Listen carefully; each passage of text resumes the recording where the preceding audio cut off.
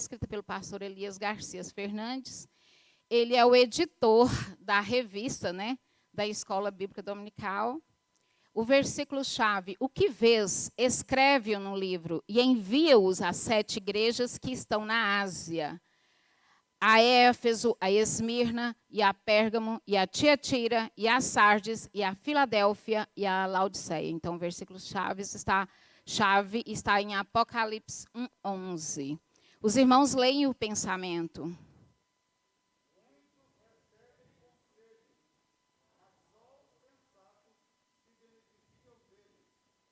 Isso, esse pensamento foi escrito por Públio Ciro, que é um escritor da Roma Antiga. Ele foi nascido na Síria, mas foi levado cativo para a Itália e foi libertado pelo seu senhor, porque ele tinha muito talento, né, na arte da escrita. Então, ele foi libertado pelo seu senhor.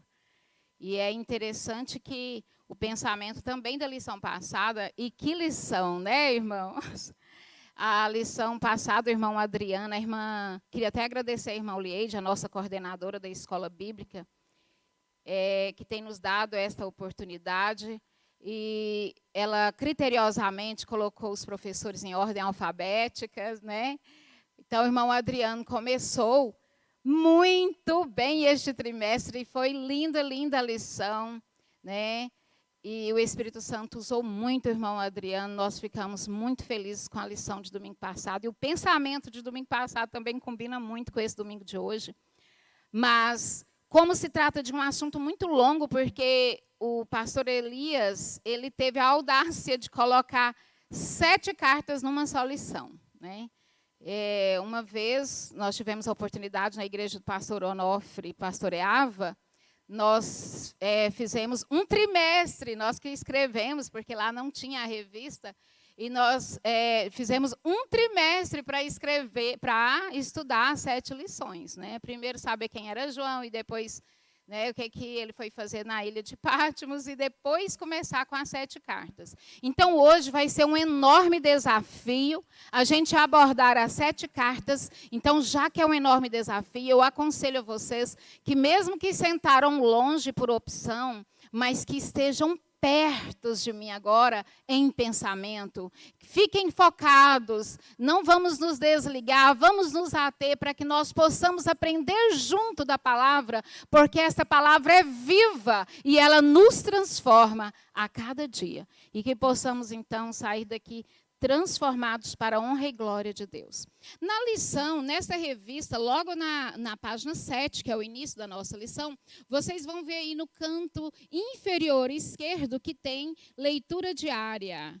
Quem tem a revista, é bom criar o hábito de um devocional diário em casa, com sua família, fazer essa leitura diária, porque vai preparando o espírito, preparando a mente para quando chegar aqui na igreja, já está bem dentro do assunto. Então, tem essa leitura bíblica diária. E é muito interessante, irmãos, que a leitura bíblica principal, ela está em Apocalipse 1, do 9 ao 11, e depois Apocalipse 2, 29. Eu vou ler e os irmãos acompanham aí. Eu vou ler, parece que não foi lida, né? Não foi lida, então eu vou ler. Vou tirar um tempinho aqui ainda para a gente ler, para os irmãos entenderem o que está acontecendo, então. Apocalipse 1, do 9 ao 11, e depois o 2, 29. Eu vou ler o Apocalipse 1, do 9 ao 11, e a igreja, bem forte no final, lê o Apocalipse 2, 29. Eu, João, que também sou vosso irmão e companheiro na aflição e no reino, na paciência de Jesus Cristo, estava na ilha chamada Patmos por causa da palavra de Deus e pelo testemunho de Jesus Cristo. Eu fui arrebatado em espírito no dia do Senhor e ouvi detrás de mim uma grande voz como de trombeta que dizia: o que vês, escreve-o num livro e envia-o às 7 igrejas que estão na Ásia: a Éfeso, a Esmirna, e a Pérgamo, e a Tiatira, e a Sardes, e a Filadélfia, e a Laodiceia.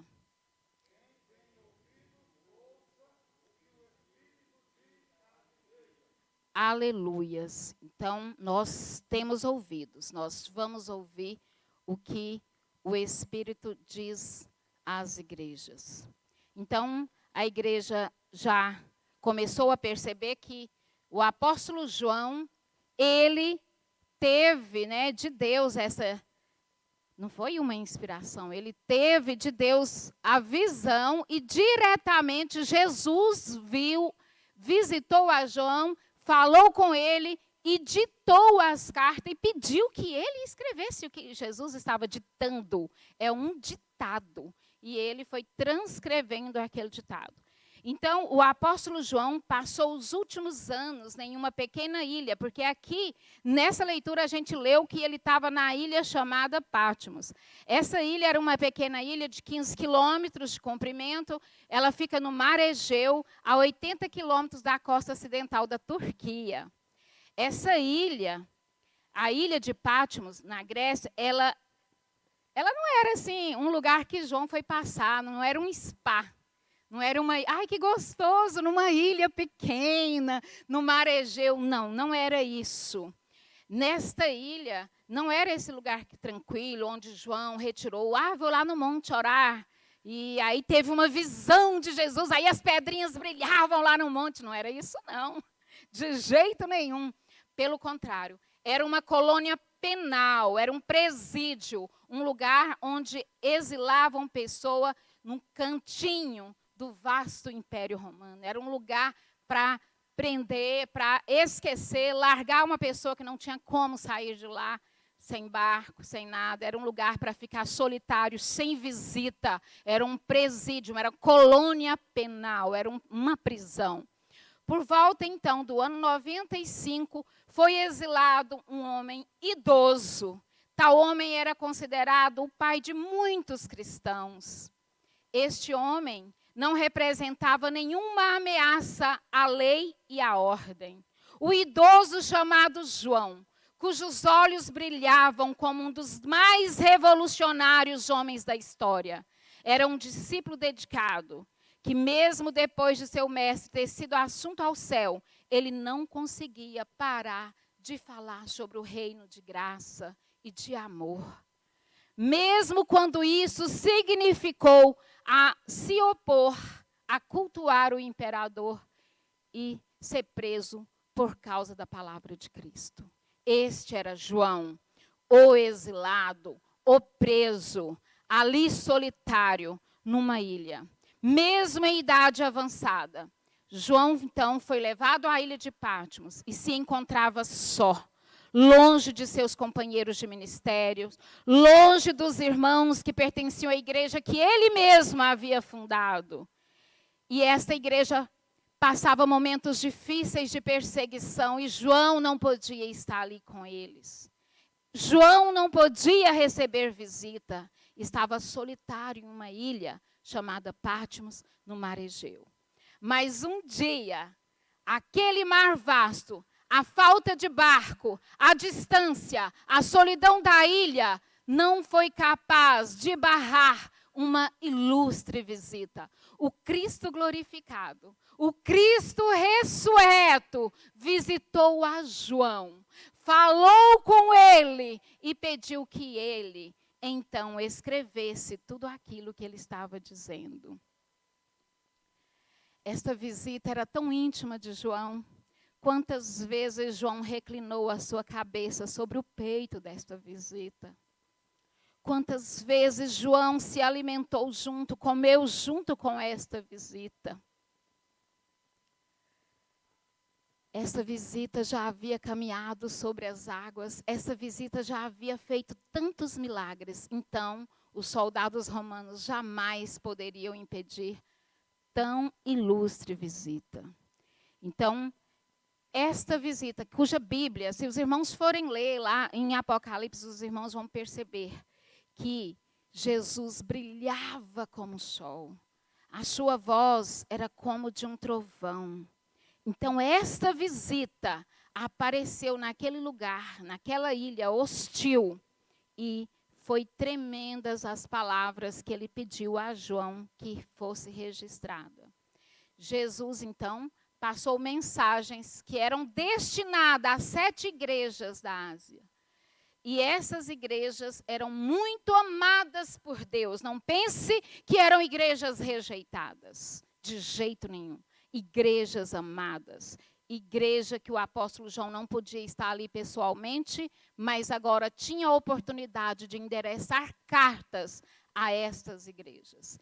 Então, desta ilha, João escreve 7 cartas, ditada por Jesus, aos destinatários. Mas o mais interessante, que essa carta não foi escrita só para aquelas pessoas daquelas igrejas, daquelas cidades, daqueles grandes centros, que ali haviam aquelas igrejas, mas esta carta também foi endereçada às nossas igrejas de todos os tempos. A igreja do Senhor Jesus Cristo, de todos os tempos, devem apropriar dessa carta que foi escrita também para nós. Nós devemos estar examinando essas cartas e estar observando essas cartas que ela apontam doenças sérias da igreja, mas melhor ainda, o mais importante, que aponta os remédios para cada uma dessas igrejas.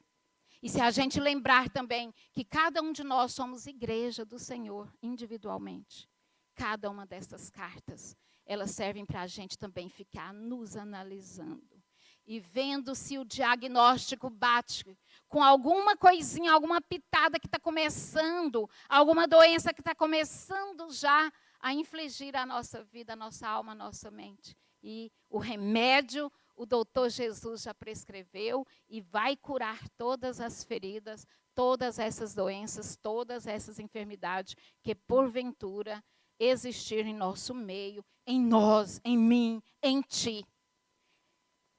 Assim foram escritas 7 pequenas cartas às congregações que enfrentavam desafios, algumas igrejas em crises, algumas quase mortas, mesmo quando pensava que estava tudo bem.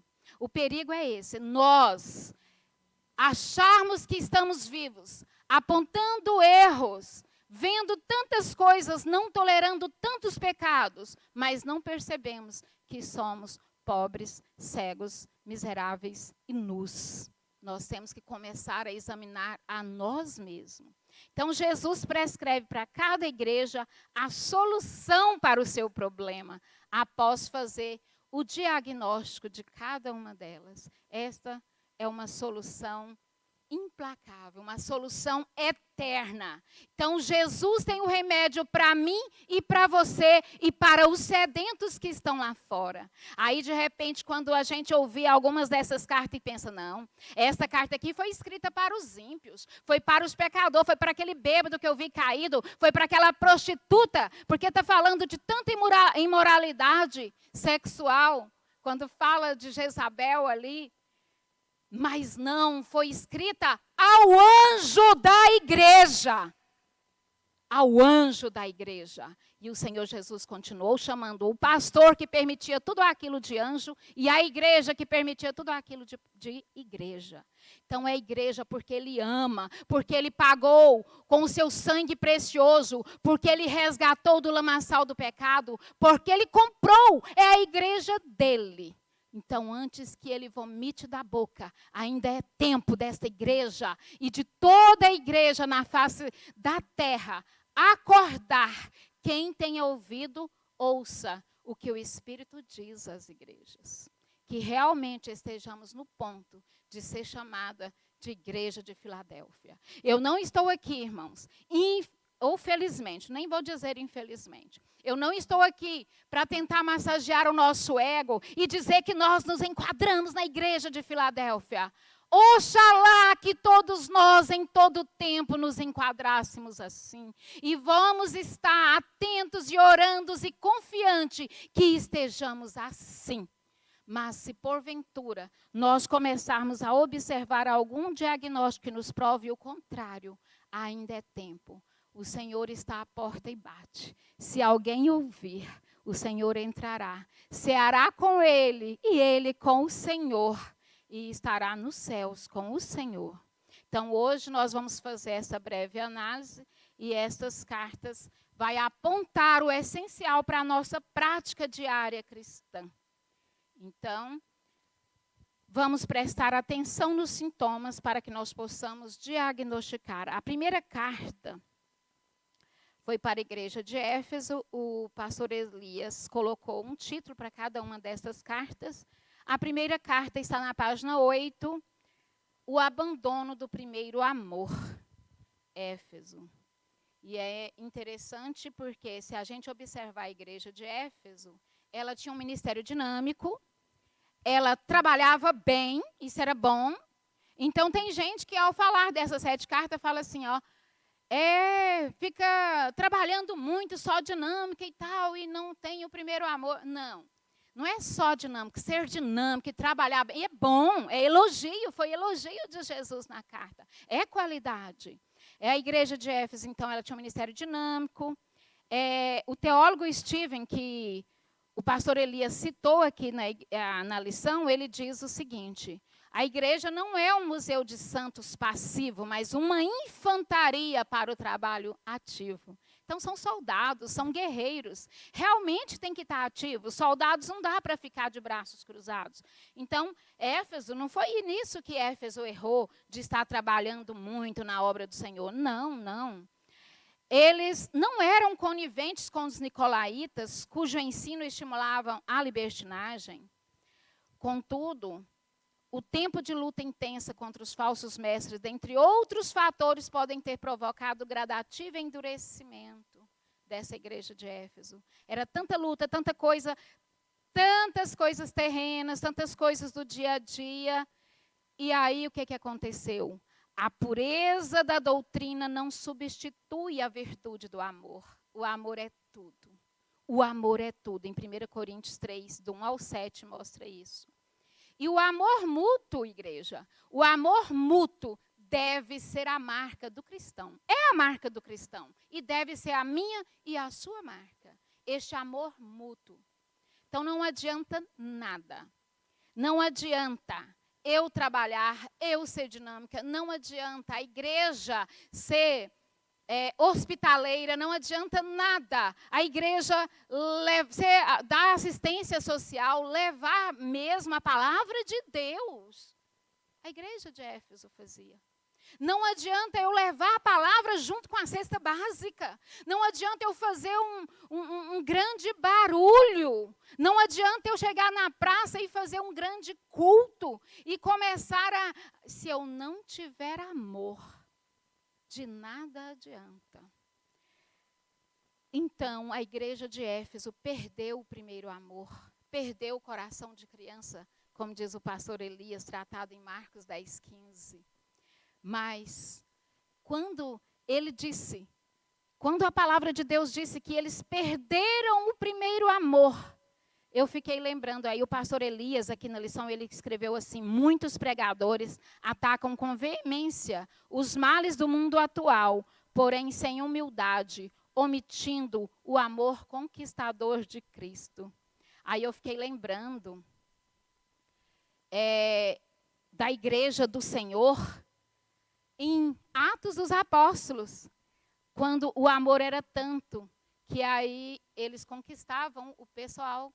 As pessoas que deviam chegar ao Senhor era conquistada porque eles comiam junto, eles estavam junto no partir do pão, na oração, na comunhão. E este amor conquistador do Senhor Jesus resgatou as almas. Esse amor conquistador do Senhor fez com que a igreja do Senhor crescesse rapidamente. Então, não adianta no nosso projeto de evangelismo, de missões, da nossa igreja, não adianta nós colocarmos tantas coisas maravilhosas de evangelismos e missões. O mundo está lendo a nossa vida. O mundo está lendo a nossa intimidade com Deus. O mundo está lendo o meu viver na minha casa com a minha família. O mundo está lendo o meu viver com as pessoas, com os irmãos da minha igreja. O mundo está lendo o viver do pastor com as suas ovelhas. O mundo está lendo e tem que ser cheio de amor, impregnado de amor. Nesse projeto de vida nós tivemos maravilhosas pregações. Aliás, todas foram maravilhosas, mas Uma coisa que me faz lembrar muito dessa lição foi a pregação do pastor Diego, quando ele pregou sobre órfãos e viúvas. E ele leu e disse que aquele que não cuida dos seus negou a fé e é pior do que os infiéis. Aquele dia me deu uma sacudida tremenda, porque muitas das vezes a gente está aqui na igreja, sente falta do irmão que sentava ali do lado, e nós não fomos atrás, nós não estamos cuidando dos nossos. O pastor passou uma incumbência para o Silvio e eu, e nós começamos a fazer uma lista para ver em quem que a gente pudesse visitar, para ver como que a gente poderia começar a escrever o nosso projeto de trabalho para apresentar para o pastor, para ver se ele aprova para a gente caminhar 2021 trabalhando em comum acordo.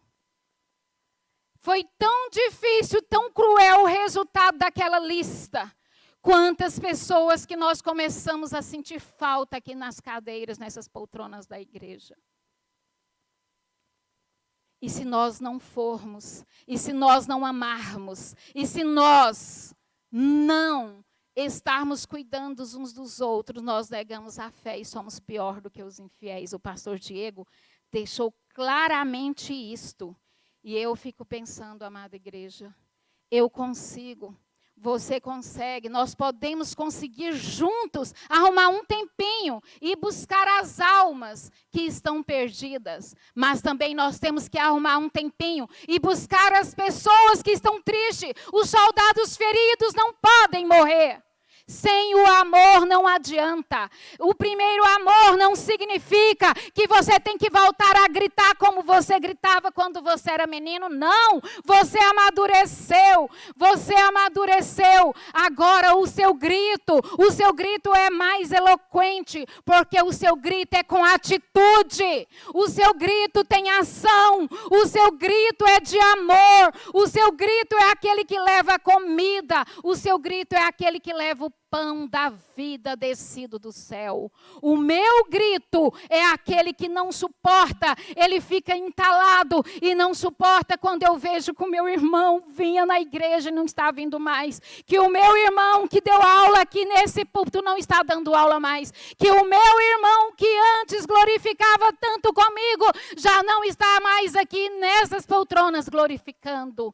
Se nós não cuidarmos dos nossos, nós negamos a fé e somos piores do que os infiéis. Não vamos esquecer do primeiro amor.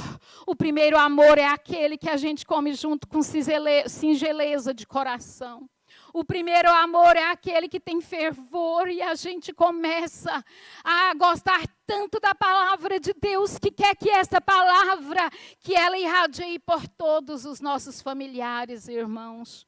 O primeiro amor é aquele que quando a gente vê um erro no irmão, a gente não aponta o dedo e fala, já foi tarde. O primeiro amor é aquele que quando eu vejo o erro do meu irmão, dói em mim e eu digo, estamos juntos. Vamos juntos nesta caminhada. Não está fácil para ninguém, mas nós vamos apoiando uns nos outros e todos chegaremos juntos às mansões celestiais. Não adianta eu chorar aqui, não adianta eu despejar milhões de lágrimas se eu não tiver amor a ponto de ouvir o meu irmão, aceitar os seus conselhos, eu perdoar o meu irmão e ser perdoado por ele. Se eu achar que eu não posso aprender com ninguém, se eu achar que eu só dou conta de ensinar porque eu fui feito para ensinar, se eu achar que eu não tenho mais nada para aprender, eu então já estou sentindo esta falta, já estou machucado, já estou ferido e preciso voltar de onde eu caí e ficar ao meu primeiro amor. Então, os cristãos do Novo Testamento falavam de Cristo em toda parte. Eles estavam por toda parte. Era na marinha, nos exércitos, nas prisões, nas sinagogas. Em todo lugar tinha cristãos cheios do amor.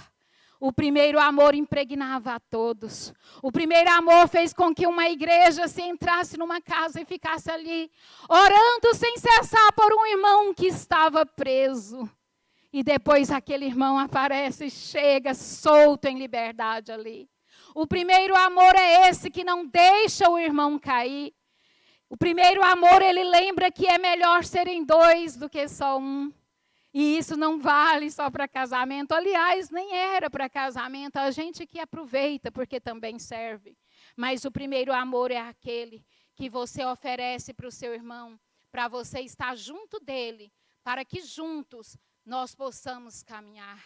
E a igreja de Éfeso, infelizmente, perdeu aquele primeiro amor. Abandonou o primeiro amor. Era um amor tão genuíno, tão puro, um amor não fingido, um amor que não era só de palavras. Muitas das vezes a gente olha e fala assim, mas fulano é amoroso. Fulano é muito amoroso, porque ele dá esmola, ele dá oferta, ele dá isso, e ele chora quando vê um necessitado. Não, o muito amor, ele é aparente, mas aparece esse muito amor. É quando o soldado está todo ferido, a ferida fede. O soldado está ferido, ferido de verdade, ferido de morte. E ele jamais pensaria em atacar o soldado ferido, porque é só um soldado. E são feridas da guerra. E o primeiro amor faz com que ele não sente o odor da ferida, mas que ele lembre da graça maravilhosa do Senhor. Então ele pega o bálsamo da palavra do Senhor, ele arranca as cascas da ferida uma a uma, mesmo que doa. Mas ele fica ali do lado, abraçado, gemendo junto, despeja o bálsamo. E o Senhor tem esse bálsamo nas nossas mãos. E Ele quer que eu, e que você, e que cada um de nós possamos cuidar soldados feridos. Nós estamos passando por momentos difíceis, aqui nessa igreja e no mundo todo. Existem muitos soldados feridos. Tem soldados com ferimentos menores, soldados com feridas maiores, mas todos eles estão contando com o nosso primeiro amor. Se nós já estivermos perdido este primeiro amor, vamos voltar lá de onde nós caímos e vamos voltar, então, ao primeiro amor. Este é um passo muito importante que damos para trás. Nem todo passo para trás é um passo ruim. Se foi lá atrás, é que eu estava mais firme com o Senhor, então eu vou ter que dar um passo para trás e voltar lá, onde eu era mais e mais firme, onde eu tinha o primeiro amor, e recomeçar dali. O nosso Deus é um Deus de recomeço. É um Deus que não vai ficar lançando em nossa cara. O nosso Deus, Ele quer que eu e você, que nós recomecemos hoje, novamente, e amanhã de novo. E todos os dias, o nosso recomeço com Cristo. Então, os efésios eram zelosos, trabalhavam na obra, mas eles não enxergavam que o seu coração já tinha se esvaziado do primeiro amor. Nós podemos acumular conhecimentos corretos, seguir doutrinas certas, anunciar o evangelho, mas sem ter o mais importante, o primeiro amor. Porque nós podemos ter apenas a casca de um bom crente, apenas um legalista, mas o primeiro amor já ter afastado de nossas vidas. É triste, igreja. Mas nós podemos passar, eu, você, nós podemos ter momentos assim, época da nossa vida que a gente perdeu esse fogo, esse fervor. E quando eu digo fogo, não confunde com eu estar falando para você dar pirueta para cima, não. É esse fogo mesmo que ama e que zela e que cuida e que vela pela palavra e zela dos crentes. Então, Cristo é o mesmo. Nós não podemos diminuir o poder do nosso Senhor e Salvador Jesus Cristo. Ele é capaz de nos encher do amor. Ele é capaz de que as feridas que nós ganhamos durante esse ano da Covid, durante esse ano tão difícil, com o distanciamento social, com o distanciamento entre uns e outros, com esse período que foi tão difícil para a nossa igreja e para todas as igrejas, eu creio. Mas o nosso Jesus, Ele não importa com as tecnologias, com as redes sociais, ele não importa com o Covid, ele não importa com mais nada. Ele importa com você e ele importa comigo. E ele importa com as almas que estão lá fora e importa com o irmão e com a irmã que sentavam nessas cadeiras e hoje não se encontram mais. E o Senhor Jesus Cristo diz para nós que estamos aqui. O Senhor já sabia, ele já tinha um encontro marcado com cada um e ele sabia que era nós que estaríamos aqui e ele disse: volte ao primeiro amor. Vai lá, vai atrás. Vamos reunir, vamos juntar, vamos amar, vamos abraçar, vamos atrás de quem não está mais aqui conosco. Mesmo pensando que estamos de pé, fazendo a obra, devemos reconhecer que o amor já não é mais o mesmo. Voltemos lá atrás. E agora nós vamos para o tópico 2, porque não dá. O tempo não espera. Vamos para o tópico 2. O irmão deu o título de fidelidade perene, pastor Elias. A igreja de Esmirna, ela sofria, uma igreja que sofria muita perseguição, governamentais, econômicas, religiosas, físicas, satânicas. Então, o Senhor enviou para essa igreja palavras de encorajamento. O Senhor, como eu disse lá na introdução, o Senhor tem o remédio certo para a ferida certa. Como a igreja de Esmirna. O problema deles, o Senhor não deu nenhuma crítica severa para eles. Mas o problema deles era que eram muito perseguidos. Muitos estavam sendo queimados. Muitos estavam sendo mortos pela obra, pela palavra do Senhor. E o Senhor Jesus escreveu para eles: eu sei as tuas obras e tribulações e pobreza. Aqui era o contrário, de Laodiceia, que pensava que era rico, mas era pobre. Aqui, eles eram pobres, mas o Senhor, entre parênteses, fala: mas tu é rico. Há blasfêmias dos que dizem judeus e não são, mas são da sinagoga de Satanás. Nada tema das coisas que há de padecer. Eis que o diabo lançará alguns de vós na prisão, para que sejais tentado, e tereis uma tribulação de 10 dias. Sê fiel até a morte, e dar-te-ei a coroa da vida. Quem tem ouvido, ouça o que o Espírito diz às igrejas. Então, irmã Deuseni, nós temos que ser fiel até quando? Até a morte. Até a morte. Mesmo sofrendo perseguição. E é até vergonhoso você comparar a perseguição de Esmirna com a perseguição nossa. Mas nos nossos tempos nós temos uma perseguição velada. Uma perseguição que ninguém comenta. Uma perseguição que parece que ou não percebem ou não comentam. Às vezes nós sofremos perseguição até mesmo dentro das igrejas, dentro das instituições, dentro do parlamento. Nós sofremos perseguição política. E o pior é quando parece que está fazendo a coisa certa para o cristão, mas não é. O pior é quando uma lei parece que está beneficiando o cristão, mas não está. O pior é quando esta lei parece que está dando oportunidade para o cristão ficar livre, maravilhosamente bem, mas está dando oportunidade de ficar acomodado, como Constantino fez. Ficar acomodado, ficar parado. E Esmirna, pelo contrário, quanto mais era perseguida, mais estavam na dependência do Senhor e nos pés do Senhor. Então nós estamos vivendo um momento em que a perseguição da palavra de Deus, ela está ferrenha dentro da casa do Senhor. Quando a Bíblia é distorcida, nas internets, nas redes sociais e nos púlpitos das igrejas. Quando ela é distorcida, está sendo rasgada a palavra de Deus na nossa frente. Está sendo rasgada a Bíblia na nossa frente. Não vai mais nas praças públicas arrancar a Bíblia e jogar para cima, porque o diabo agora tem novas estratégias. Ele rasga a palavra de Deus em cima dos púlpitos. Quando distorce, os irmãos dizem glória a Deus, porque está prometendo chave de casa e de carro e tantas outras coisas. Porque aí, para ele se satisfaz e ele começa a glorificar a Deus. Mas o Senhor não recebe esta adoração.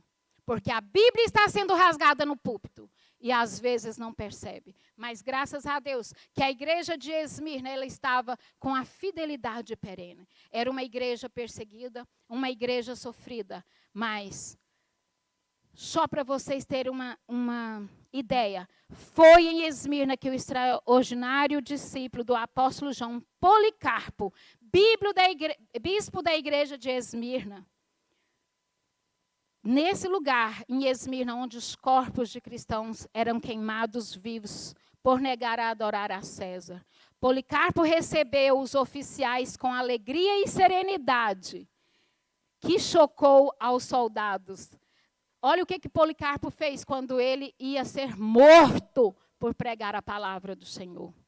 Ele convidou os soldados para entrar e alimentar com eles.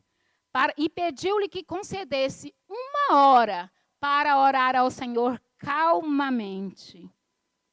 Após a oração, ele foi levado ao estádio, no centro da cidade. E eu tirei esse texto em um vídeo onde mostrava o estádio, mostrava tudo. É tremendo.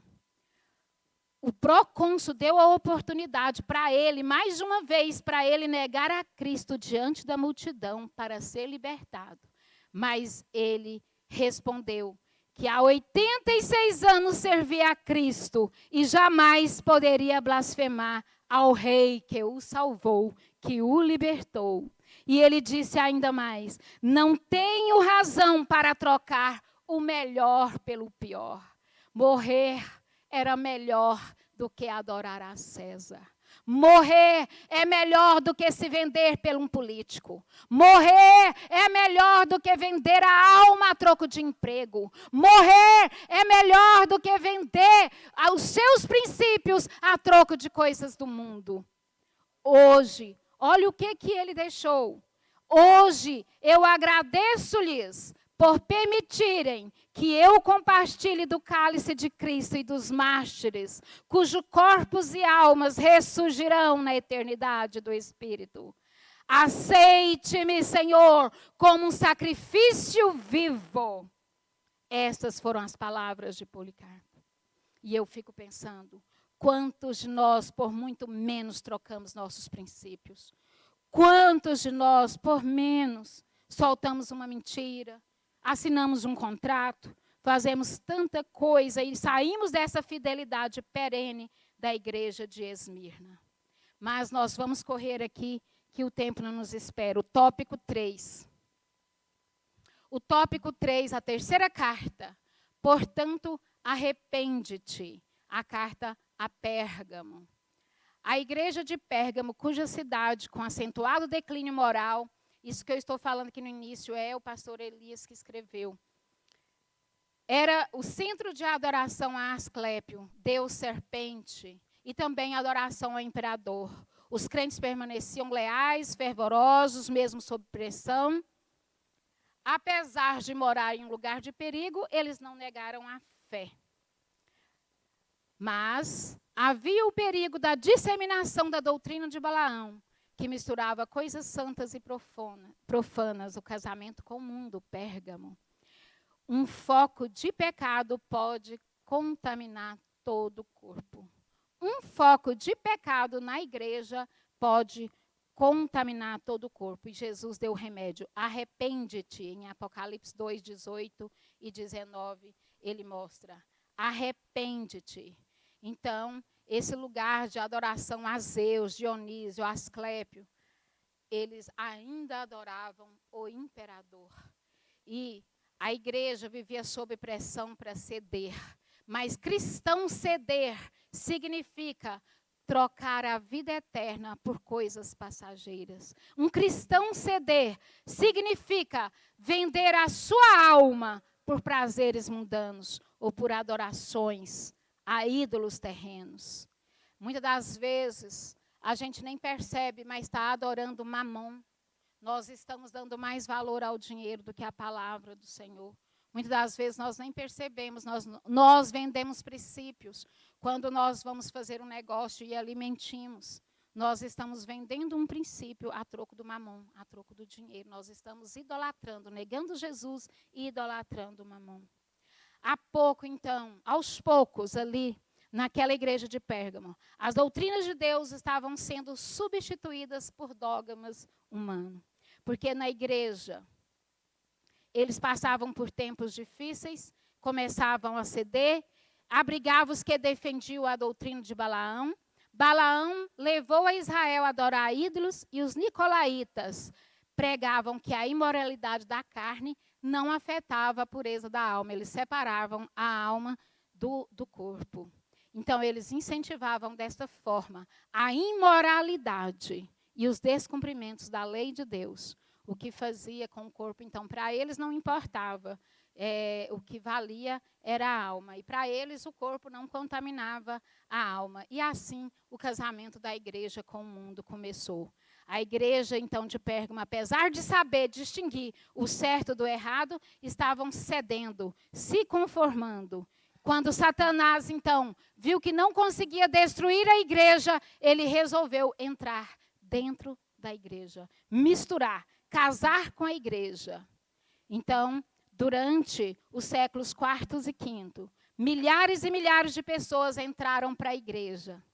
Se tornaram cristãos quando Constantino entrou. E com eles trouxe costumes pagãos. Então não adianta nada forçar. Agora todo mundo tem que ser cristão. E força e milhares vêm para dentro da igreja e trazem com eles costumes pagãos. Não, nós não queremos, nós não precisamos de ficar querendo que os milhares venham de uma vez só, mas que nós possamos evangelizar, levar a santa palavra um a um, que nós possamos ganhar essas almas e zelar de cada uma delas. Não adianta nada também a gente trazer e não zelar, mas que cada pessoa que entrar aqui, que seja influenciado por mim e por ti, e não nos influencie com os costumes pagãos. Então, a igreja de Pérgamo, ela cresceu, mas esse crescimento que eu já disse, com os costumes pagãos para dentro da igreja. Esse alarme significa mais 5 minutos, pastor? 5?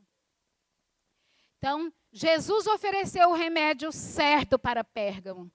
O que ele diz? Arrepende-te, pois, quando não em breve virei a ti contra eles, batalharei com a espada da minha boca. Então, a receita era a espada da boca do Senhor. A receita é a palavra do Senhor. E a quarta carta é o amor, fé e perseverança, a igreja de Tiatira. A igreja de Tiatira era tolerante com Jezabel. Estava fazendo alusão à mulher do rei Acabe, né? Promovia idolatria, ingestão de alimentos sacrificados a ídolos, imoralidade sexual, se dizia profetisa, e a igreja, ao invés de influenciar essas pessoas, estava influenciando por essas falsas profetisas. O perigo de repetir o erro de Tiatira ao tentar ser igreja moderna, atraente, contextualizada. Mas esse perigo não nos pode tirar o brilho do primeiro amor conquistador que conquista também os jovens. Está vendo? É difícil. Porque ao mesmo tempo você não pode começar a tolerar tudo, tolerar Jezabel. Para ser moderna, para ser atraente, para atrair todo mundo. Mas ao mesmo tempo, no Espírito Santo, tem que ser atraente o suficiente para atrair jovem e influenciar esses jovens. Não é fácil, mas eu tenho certeza que o Senhor Deus, como deu remédio para Tiatira, Ele dá o remédio para que nós possamos também estar atraindo a cada um e que nos encoraja a fazer a obra do Senhor com zelo e que não desprezemos nenhum dos que saíram daqui e nenhum dos que estão lá fora que nunca chegaram aqui, tanto jovens quanto crianças, quanto adultos ou idosos. Então, a igreja de Tiatira tinha começado a crescer, mas parou de crescer por quê? Porque começou a tolerar Jezabel. Aí cresce em número, mas não cresce em qualidade. Infelizmente, muitas igrejas de hoje estão crescendo muito em números, para isso toleram Jezabel. Mas isso não nos dá desculpa para dizer que nós não estamos crescendo porque nós não estamos tolerando Jezabel. Não, nós não estamos crescendo. Na maior parte das vezes é porque nós não estamos tendo o primeiro amor de Éfeso. Se nós tivermos o primeiro amor de Éfeso, nós não precisamos tolerar Jezabel para que a nossa igreja cresça. A quinta carta, uma igreja de fachada, a igreja de Sardes. Ela sofreu pesadíssimas críticas, mas o tempo, não nos deixa detalhar mais.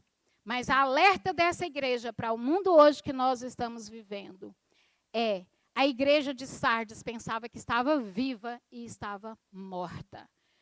Às vezes, a adoração está morta. Não é o volume do som que mostra a minha espiritualidade. Não é o volume do meu glória a Deus que mostra a espiritualidade. Eu posso até passar uma sensação para os irmãos que eu estou vivo, mas eu e Deus. Lá na minha casa, quanto tempo eu consigo ficar conversando com Ele e Ele comigo? Quanto tempo eu aguento de leitura da palavra e de oração? Será que eu estou viva mesmo? Será como que está? Será que as nossas festividades não é mais uma recreação do que um momento de intimidade com Deus? Então, a carta a Sardes era uma carta aos mortos. Mas o médico dos médicos, ele escreveu remédio para os vivos, mas ele também ressuscita mortos. E prescreveu remédio para Sardes. Ainda há tempo, ainda há tempo. Se você se sente assim tão fraco, que já se sente morto, que não consegue mais orar. Olha o que o Senhor Jesus falou para a igreja de Sardes. Sê vigilante. Consolida o restante que está para morrer. Lembra-te pois, do que tens recebido e ouvido. Guarda-o, arrepende-te. Então, aquele restinho ainda, aquela faísquinha ainda que há, o Senhor te faz ressuscitar, o Senhor nos faz ressuscitar. O resto que não morreu, nós devemos ser vigilantes. A sexta carta, a igreja digna de imitação. Essa igreja que todos os pregadores falam, nós somos a igreja de Filadélfia. Igreja digna de imitação. Ela só recebeu elogios. Tendo pouca forças, guardastes a minha palavra e não negaste o meu nome. E Filadélfia encontrou a porta aberta.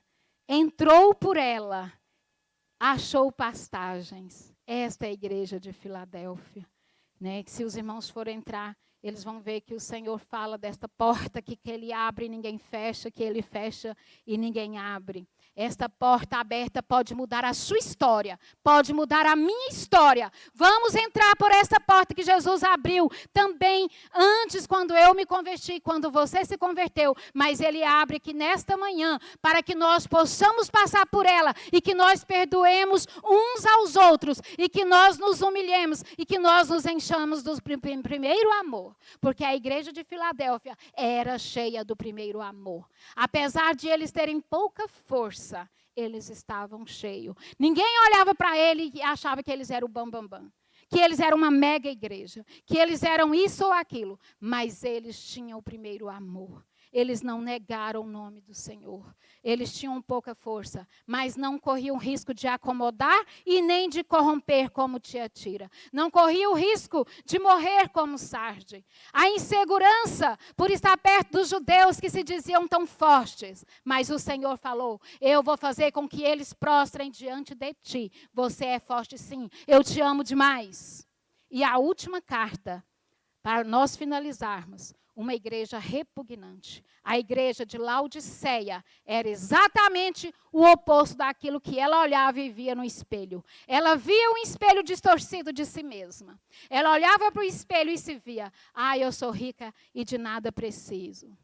Nós estamos inspirando no mundo. Se a gente estiver inspirando no capitalista, no capitalismo, nós também vamos ser assim. Como dizes, sou rico, estou enriquecida, de nada tenha falta.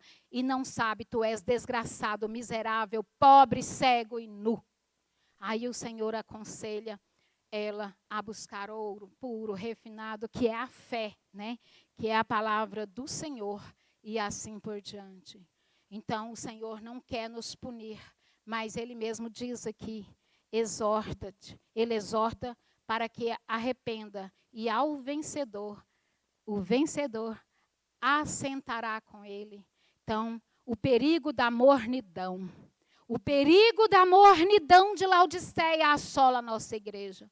O perigo da mornidão, e mais uma vez eu repito, mornidão não é o meu volume de voz, não é o volume que eu prego. Às vezes eu aprendi a falar aqui na igreja pentecostal, então eu falo assim.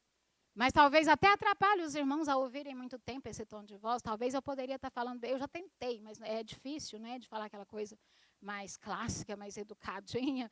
É difícil para a gente que foi crescido assim. Mas não é esse tom que eu estou dizendo. Mornidão é exatamente aquela falta do fervor, do primeiro amor. Aquela coisa que eu inquieto. Quando eu vejo defeito no outro, ao invés de dar vontade de fofocar e de falar e de contar, me dá vontade de orar, abraçar com ele e levantar e fazer com que ele cresça comigo e não deixo ninguém para trás. Igreja quente. Igreja quente não é aquela que acha aquele barulhão todo, não. Igreja quente é aquela que não deixa nenhum dos seus para trás. Ela caminha junto. A igreja segue caminhando, segue caminhando. Nem morta, nem morna e nem fria. Que sejamos uma igreja quente. Que nós possamos, né? Foi terminado o meu tempo, mas que nós possamos ter essas promessas aos vencedores. Olha o que Jesus prometeu a Éfeso, depois vocês vão ler em casa, porque tempos nós não temos, eu já vou para a conclusão. Mas o Senhor prometeu para cada uma das 7 igrejas, o Senhor prometeu. Ele promete e depois ele fala, quem tem ouvidos, ouça. Então nós vamos para a conclusão. A voz do Senhor Jesus, ao ditar para João, continua a ecoar nos dias de hoje, em todo o mundo, para que a nossa igreja de Goianápolis também não fique fora disso. Que nos últimos meses nós sofremos tantas perdas. Quem tem ouvidos, ouça o que o Espírito diz às igrejas. Coloquemos em práticas os ensinamentos da santa palavra do Senhor, que nos purifica. Que nós possamos viver o amor genuíno. Eu vou fazer só diferente um pouquinho, pastor. Eu peço permissão para orar juntamente com a igreja. Vamos ficar de pé. Nós vamos fazer esta oração, irmãos. Porque essa lição não é uma lição só de aprender e meditar, não. É uma lição da gente aprender, meditar e praticar. Nós vamos fazer essa oração de entrega. Vamos pedir ao Senhor que nós possamos realmente nos entregar como verdadeiros crentes, para que possamos ser, a cada instante, igreja de Filadélfia. A cada momento que sejamos Filadélfia. Então, vamos todos orar. Ah, querido Pai, nós te louvamos, nós te agradecemos porque o Senhor preocupa tanto, tanto conosco. Porque o Senhor nos deu tanto conselhos de amor. Porque o Senhor, ó Pai, nos deu remédio. Porque o Senhor nos escreveu estas 7 cartas, ó Pai. Nós aceitamos, ó Deus. Senhor, nós arrependemos, ó Pai, de nossas friezas. Quantas vezes nós poderíamos ter sido mais quentes, ó Pai. Senhor, a nossa indiferença às vezes matou alguns irmãos, meu Deus. Senhor, nos perdoa, ó Pai, a nossa indiferença. Senhor, nos derrama do teu amor a cada instante. Nós queremos voltar ao primeiro amor, ó Pai. Que nós possamos, meu Pai, a retornar esta aproximação contigo. Nos ensina, ó Deus, a tirar mais tempo de qualidade de oração e leitura da palavra. Nos ensina, ó Deus, que mesmo gemendo, ó Pai, nós possamos continuar ali buscando a tua face. Nos ensina, ó Deus, a enxergar, ó Pai, a ausência de cada irmão que não está mais aqui. E que a gente possa, com amor, ó Pai, buscá-los. Senhor, nos ensina, ó Pai, a enxergar, ó Deus, abra.